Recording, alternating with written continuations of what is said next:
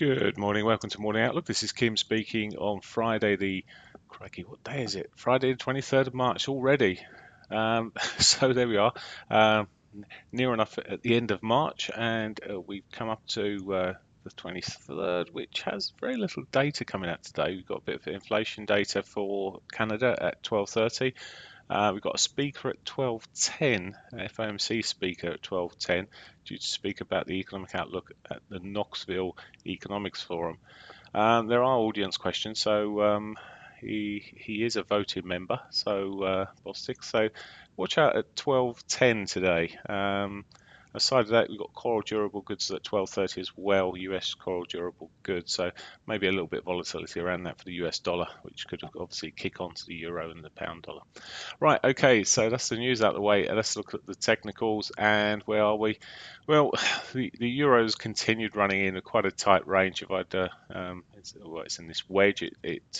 Result, it put the high in yesterday morning when I did the recording, and that was pretty much it for the day.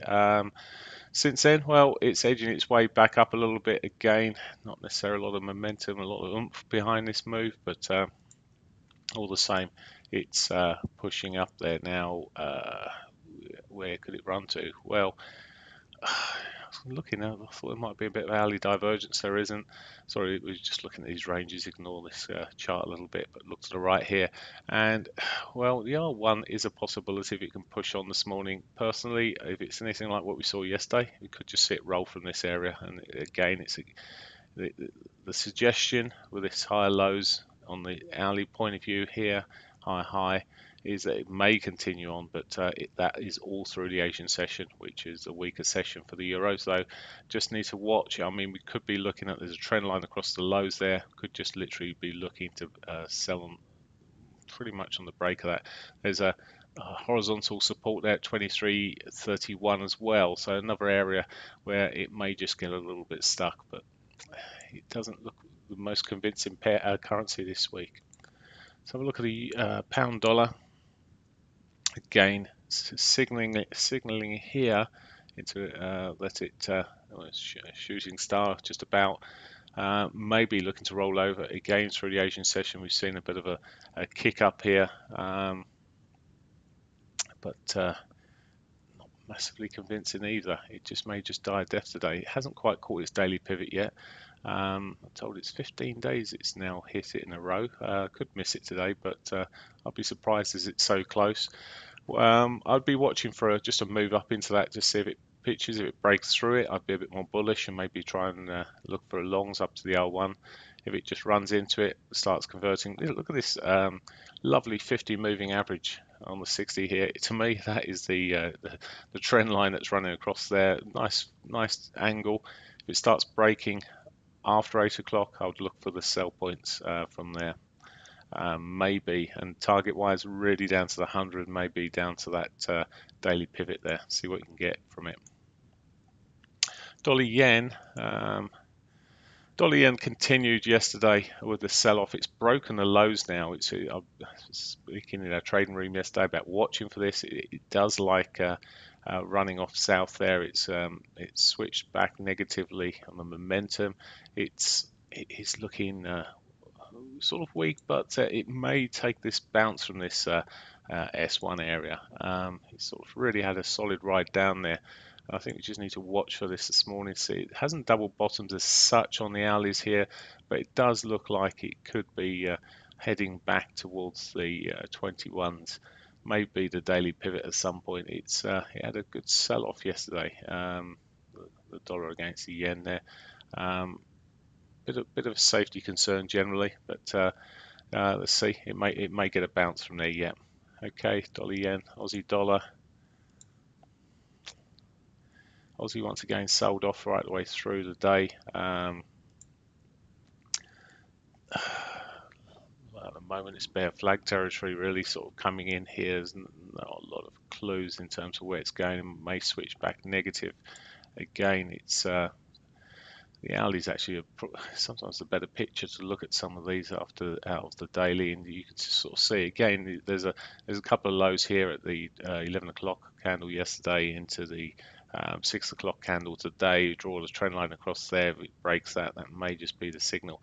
It has diverged where it is at the moment into the 34. So it could roll over further. Where to? Well, I would normally say down to the S1, and it could do that. Could well do that. But looking at the range and some of the days here, can be a bit tight. But yeah, certainly could do down to the S1. Certainly would be looking at the prior lows there.